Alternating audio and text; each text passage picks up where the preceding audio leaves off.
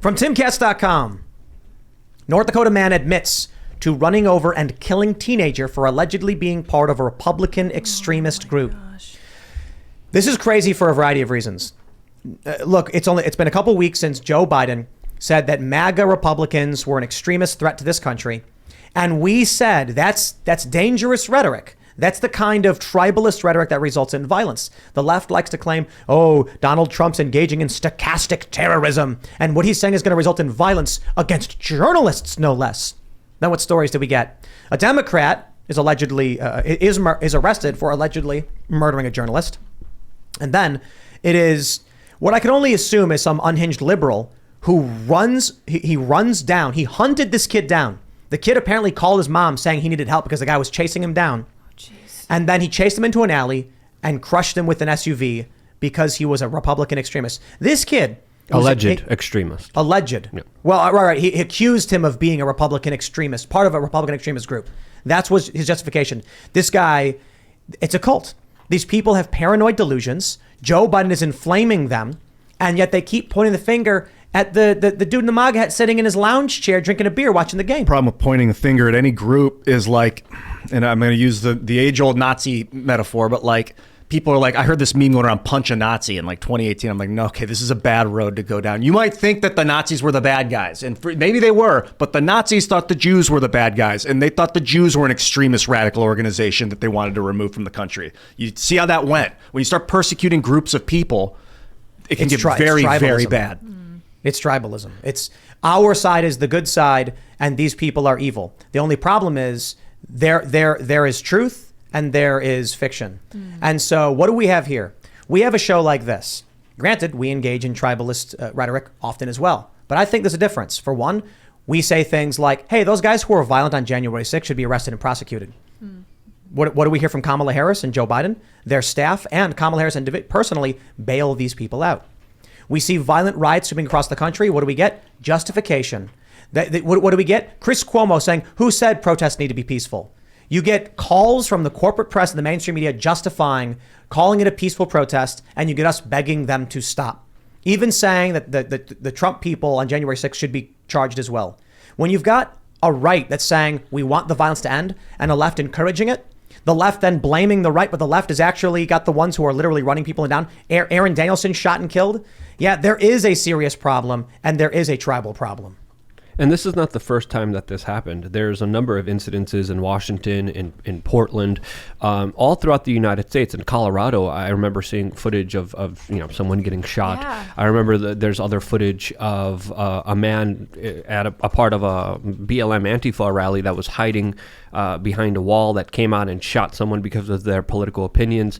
There's a number of people that, of course, were shot, were killed, were executed for their political beliefs. And seeing this in the United States is absolutely horrible because the United States is supposed to represent free speech. It's supposed to represent a country where we could talk through our differences and be able to speak freely and be able to accept each other for our political differences. But now we're meeting speech with guns and people shooting each other, which is absolutely crazy. Religious differences too. Sometimes people will say that America is a Christian nation, but it's not. It's a nation where you're allowed to be Christian. It's built on the foundation of Christianity, though. I mean, Christians built the foundation, but it was the idea that anyone could practice any religion here with the Christians as they were building it. Yeah. Sorry, I'm sorry. I was just going to say, everybody keeps talking about how badly we all need to be communicating with each other. But when you see things like this and all the instances that you just listed off, I mean, this is why people keep their voting preferences private. This is why people don't want to engage. They're actually scared. I mentioned this on my earlier segment about Bill Burr, because he was on trigonometry, and there were a bunch of articles written about it, and people were quote tweeting him and stuff like that, where he said, this hate online isn't real. Go outside, smell some fresh air. People aren't fighting. They're not angry like they are online. And it's just, he's wrong. Yeah. And as I explained it is, people in liberal cities aren't fighting with each other for the most part. Sometimes they do. There's riots. People in conservative areas aren't fighting with each other sometimes, but usually not. But if you look where the two sides meet, there's clash. Chick-fil-A being a good example. a fast food chicken restaurant, but the people who run it were making donations to Christian organizations. So what happens? The left shows up and they are belligerent. I don't want to say violent because they were mostly just protesting these buildings. But you actually see when Ann Coulter goes to Berkeley or goes to New Jersey to speak, and they all show up and there's riots. I think it was when Milo was going to speak at Berkeley, they actually started setting fires and smashing windows, spray painting threats to liberals even. So that kind of stuff, that's, I don't know. You made a good metaphor. That's what's happening. Before the show about the Bill Burr thing, because like you're saying, we as journalists and watching the news are like in a watchtower, and we see little bits of chaos around, pockets of it. So for Bill to walk outside and not see it in his immediate surroundings and claim that it doesn't exist is a problem. It's inaccurate. It's an assumption that Bill's making because it does exist. And you're right too. I don't want to inflame it and make people start fighting but I do want to acknowledge that these things, it's not like it's not happening. We gotta find out why it's happening, and maybe we can provide comfort and reasons to make it not happen. Get past it. Basically, what I was saying was, this show is us standing on a watchtower, and we can see off in the distance. We can see people fighting in pockets, and we're like, we don't know if that fighting will come here, but we know it is happening all throughout the land. We can see fighting emerge. And when we shout down to the people who are at the ground level and we're like, hey, there's a crazy fighting happening, Bill Burr goes, what are you talking about? Everybody down here's having a good time. And we're up here like, yeah, but the fighting's getting crazier and like there's more people now. And the flight's like, nah, you're crazy. It's totally fine. And then it's sooner or later, it might come here, it might not, I don't know. You don't need to live in a state of constant fear and anguish over it, but to deny it is worrisome. I think that it has come here, and I feel like the guy driving this SUV who killed this poor kid, oh my gosh, my heart breaks over this, was probably Blue Anon. He's probably on Twitter getting all fired up, and he's taking it out to the real world. I think this is also the guy who shot that guy in Portland and probably what happened in Denver too that Luke was referring to earlier. I think it's coming to the real world. Is there any evidence if it was personal between these two guys? He knew the kid's mom. Apparently the mom knew who he was. I don't know if they knew each other.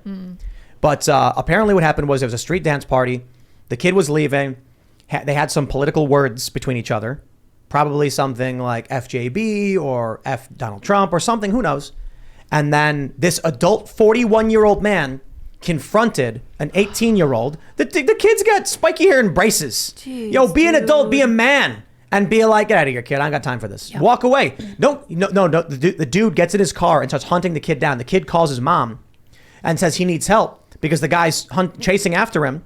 The dude then follows him to an alley, runs him over, crushes him, killing him. And by the time the mom gets there, she finds her son dead on the ground. It's horrible. It makes me sick. You know what I think? And I understand the problem of, recognizing the problem of tribalism, but being part of the problem of tribalism. There's nothing you can do about it. I view it as that old riddle. You come across a fork in the road and there are two men, one on the left and one on the right. One always tells the truth and one always lies. And that's what I feel like we're dealing with.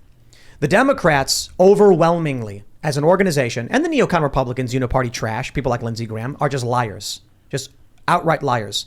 The culture war right tends to be honest and truthful. The culture war left tends to be deceitful and manipulative. It doesn't mean every person on the left is deceitful and manipulative, and it doesn't mean every person on the right is honest, but there's the rule and the exception. So when you see Joe Biden come out and say that MAGA Republican extremists are a threat to our country, and not a peep from the left about stochastic terrorism, but celebration. Then Donald Trump comes out and goes, you are fake news. And they go, he's going to get a journalist killed.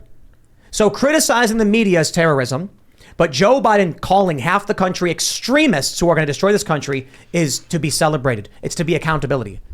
I have no problem saying, yeah, Donald Trump's rhetoric, I wasn't a big fan of. And I constantly heard from people that he was too brash and too aggressive and things like that. And I think Ron DeSantis has more tact. That's why I'm kind of leaning towards him. I have no problem criticizing what I think is bad. And then I have no problem criticizing Joe Biden. But one side will outright always just keep defending themselves no matter how bad they are, no matter what they do, no matter who they kill, no matter how much damage they cause. It seems to them that they've done nothing wrong. Why? They have one goal, and it's power.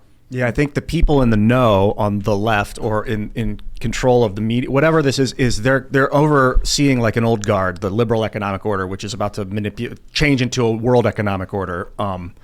And so they're willing to lie to protect it and to make sure they guide it the way they want to guide it.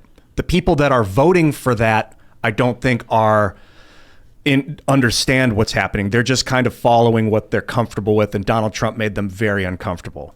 So I was kind of thinking about this earlier. I was like, why is it that they seem to be totally unmoored from reality? And I think the left is in fact unmoored. The right, you can call me biased, I definitely am. I think that we actually have a grasp of objective truth. And I think that's why you can make an argument from the right and be like, well, I think this is entirely the case. Here's why. I have news articles for you. They'll just dismiss you. They don't care what you show them. You can show them CNN and they don't give a crap what you have to say because they're convinced.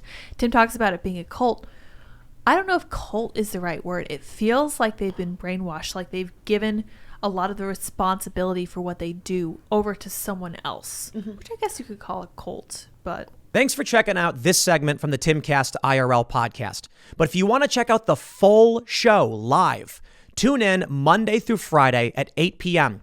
And if you want more special access content, head over to timcast.com and become a member. Your membership helps sustain this company, keep our journalists employed, makes this show happen, and you will get access to exclusive members-only segments of the Timcast IRL podcast, and there's a massive library to check out. So again, go to timcast.com or tune in Monday through Friday at 8 p.m., and we'll see you all there.